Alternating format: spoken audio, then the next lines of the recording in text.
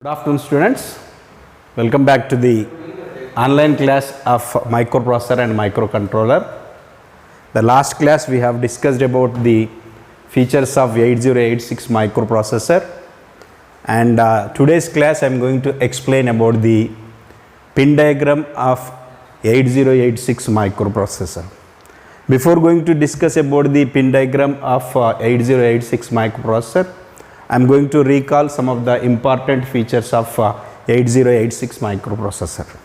First important feature of the 8086 microprocessor is it is a 40-pin dual in-line package integrated circuit. Dual in-line package integrated circuit, and it is having the 40 pins. So if you see the pin diagram of this particular integrated circuit, it is having exactly 40 pins, left side 20 pins and the right side 20 more pins, and in total that is a 40 pin integrated circuit. Next important feature of the 8086 microprocessor, it is a 16-bit processor. 16-bit processor, that means an internally microprocessor will have ALU and some registers, and it is used to execute some instructions. All these are designed to operate with 16-bit of data. All these are designed to operate with the 16-bit of data, so that this processor is 16-bit processor. Coming to the next one, it is having the 16-bit data bus. 16-bit data bus.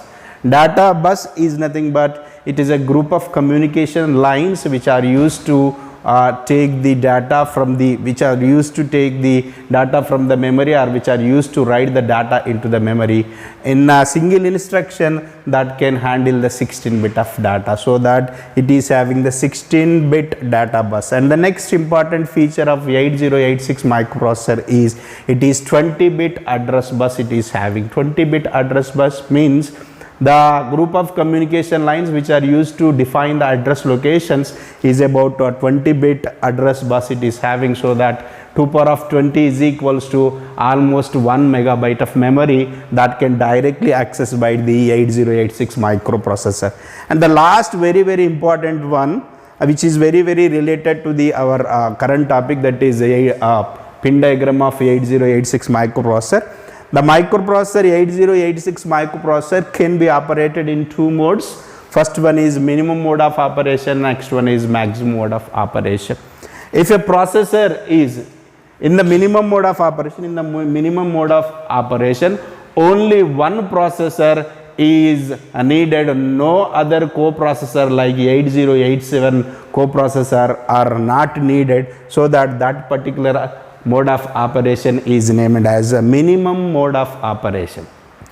Whereas in case of maximum mode of operation, along with the 8086 microprocessor and some other coprocessors also required to perform the functions, so that particular operation is named as maximum mode of operation.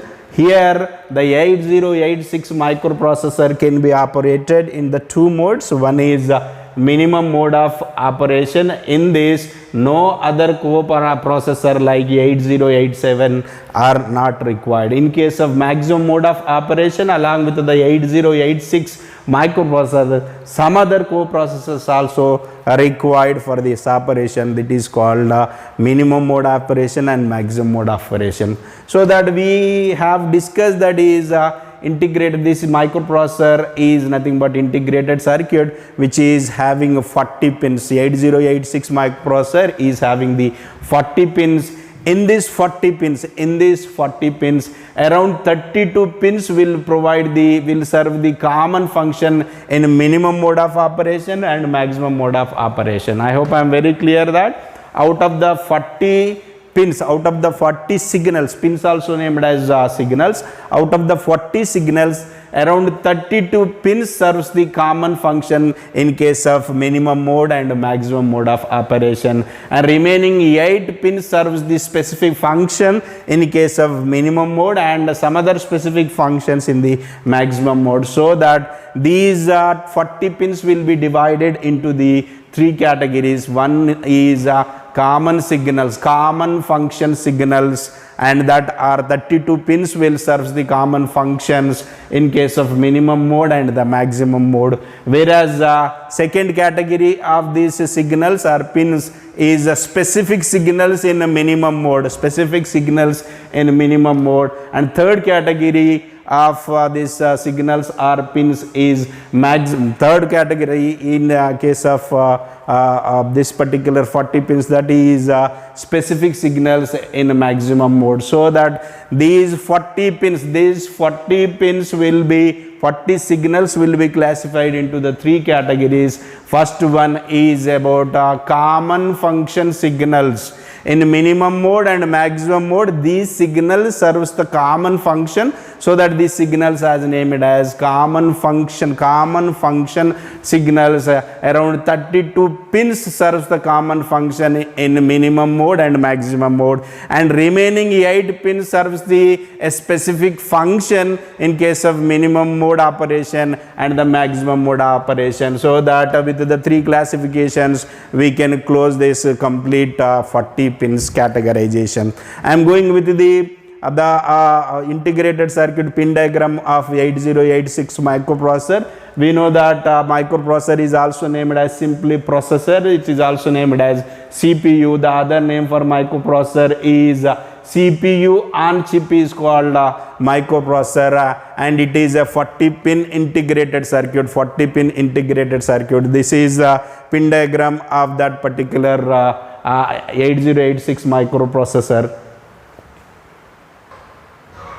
Then this is the pin diagram of 8086 microprocessor. It is having the 40 pins. Left side it is having the 20 pins, and the right side it is having the 20 more pins. Total it is a 40 pin. In this 40 pin, 32 pins serves the common function, and remaining 8 pins, remaining 8 signals serves the specific function in case of minimum mode operation. In case of maximum mode operation, that will serve the separate specific functions.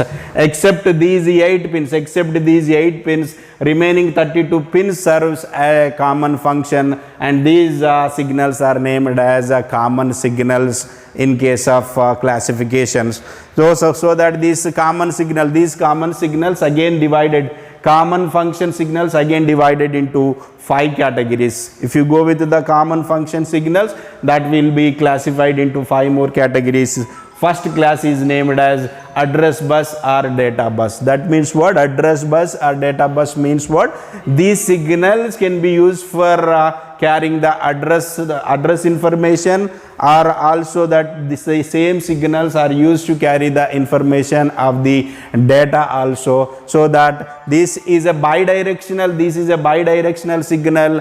Whenever it is defining the address location in the memory, it can be called output. Whenever it is carrying the information of data, that can be input and output. So that first category of the common function signals, that is nothing but address or data bus. Address or data bus, it is a bidirectional and time multiplexed memory signal. Time multiplexed memory signal means based on the time interval, the same signal sometimes carry the information of the address location, other time that the same signal carries the information of data. The first category of the common function signals is address or data bus. Second category of common function signals is address or status bus. Address or status bus. In case of first one, in case of address or data bus, around 16 address buses are defined. Whereas remaining 4 address locations can be defined in address or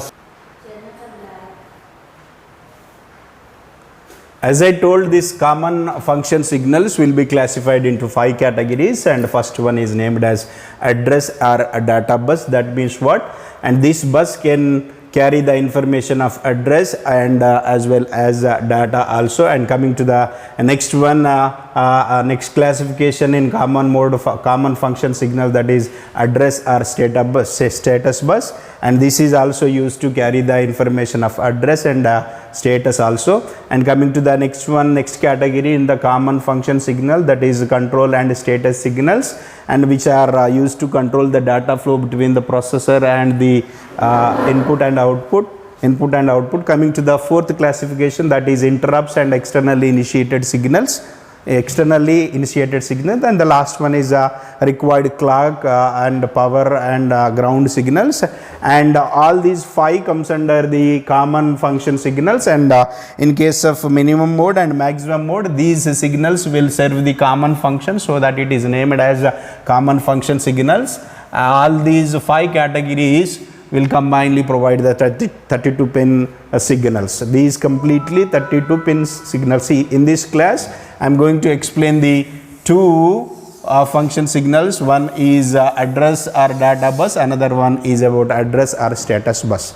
Coming to the first one, address or data bus, that is nothing but AD0 to AD15. that means what? Total number of pins or signals is about 16. That means this bus can carry the information of address, and this bus can carry the information of data also. This particular bus is a bidirectional one, that means it can be 2-directional, and it can define the address location in the memory, and it can transmit the data from the memory to the processor, or processor to the memory also. So that it is bidirectional, and it is time multiplexing memory signal. Time multiplexing memory signals means based on the time intervals, the same bus will carry the information of address, and during the another time interval, the same bus will carry the information of data also. Here coming to the, for example, if I go with the time clock signal is, first clock signal is T1, so that it carries the information of A0 to A15. If the next time interval that is T2, the T2 will change that provides the high impedance, because it is changing the address information to the data information, so that during the T2 clock cycle it won't make any function. And coming to the T3 and T4 cycles, the same bus will carry the information of data. So that like this, the same address and data bus used to carry the information of address and as well as data also, based on the time intervals, based on the defining time interval, the same bus will carry the information of address and as well as data. And this bus is completely bidirectional one. Whenever it is carrying the information of address, and that processor is providing the output. Whenever this bus is carrying the information of data, that may be input and output, because from the memory the data bus can read the data into the memory, the same data bus can write the data, so that whenever it is carrying the information of data, and that may be input and output, it can carry the input and output signals. This is about the address bus. Here you have to remember one thing here, that there are 4 time cycles, T1, T2, T3 and T4. Whenever T1 is equal, whenever the processor in the first clock cycle, that is T1, it provides the address information through the bus, and during the T2 it will going to change from address to the data, so that it is a high impedance state, and remaining T3 and T4 during that time clock cycles, and it carries the information of data. This is about the complete 16 pins. Coming to the next classification of common function signal, that is address or status bus. We know that the 8086 microprocessor is a 20-bit, it is a 20-bit address bus it is having. Here it is 16 bits or 16 lines are completed, remaining 4 we can get here, that is 0 to 15 is total 16, here 16 to 19 remaining 4, so that it is having the address bus of 20 bits, so that A16 to A19, and it is associated with the some more signal. That signals are named as status signals, and here it is input and output signals, whereas here this is completely output signal only. That means what? The processor will provide the information to the interface devices by making use of this address and status lines. Here whenever whenever the first clock cycle is T1 is on, then that will provide the address information of A16 to A19 during the T2, and it will provide the high impedance state because it will change from the address to the data, and during the T3 and T4, and this will convert into the status signals. It is having the 4 status signals, S3, S4, S5 and S6, 4 status signals. In this 4 status signal, based on the various operations, that status signal will perform the function in the processor, and the outside the processor, that is nothing but interface devices.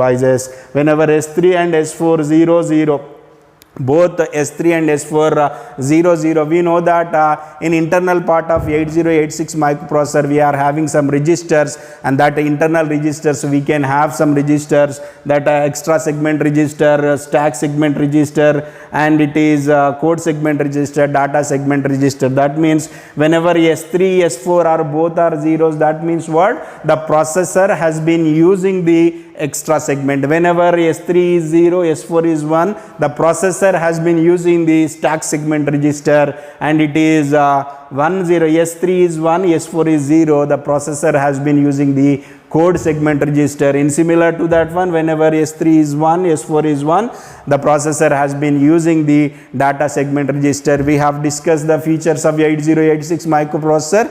8086 microprocessor internally that can have the 14 16-bit register. In this 14 16-bit register, these are one of the 4 registers, and these all are 16-bit wide register. To allocate the 16-bit wide, and 2 byte registers will be used here.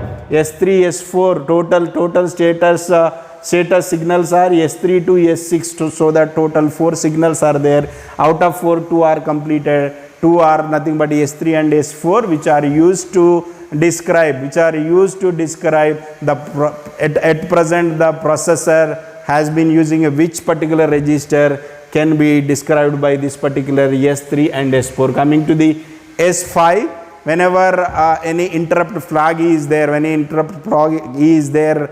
the microprocessor, this is going to indicate, this is also output signal, and here S6 is not having any significance over the 4 status lines. With this, here 16 pins are explained. Here the 4 pins are explained. Out of the 40 pins, 20 pins are completed. In other words, in common function signals, 32 pins are there. Out of 32, that 20 is completed, and remaining 12 will be completed with this 3. Coming to the last one, clock, it is the microprocessor is designed in 3 version, that is 5 kilohertz as frequency, 8 kilohertz as frequency, and 10 kilohertz frequency. But nowadays we have been using the whatever we are using the microprocessor, that is about 5 megahertz as frequency, 5 megahertz frequency, and this frequency will be generated by the crystal oscillator. Coming to the next one is power,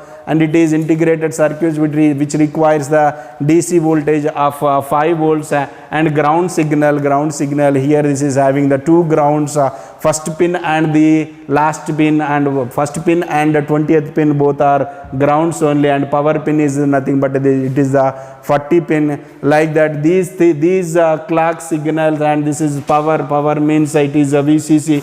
Then the ground signals, this is first and 20, so that here the 4 signals completed. totally 24 signals out of 32 common function signals are completed, and remaining 8 we have to study in the tomorrow's class. After that we'll study the maximum mode of signals and minimum mode of signals. When no coprocessor is required for the processor, that is called minimum mode of operation. When the processor requires the coprocessor like 8087, then that is named as a maximum mode. In maximum mode and minimum mode, only 8 specific pins are going to give the specific function. Remaining all 32 pins will serve the common functions in the minimum and maximum mode. Thank you.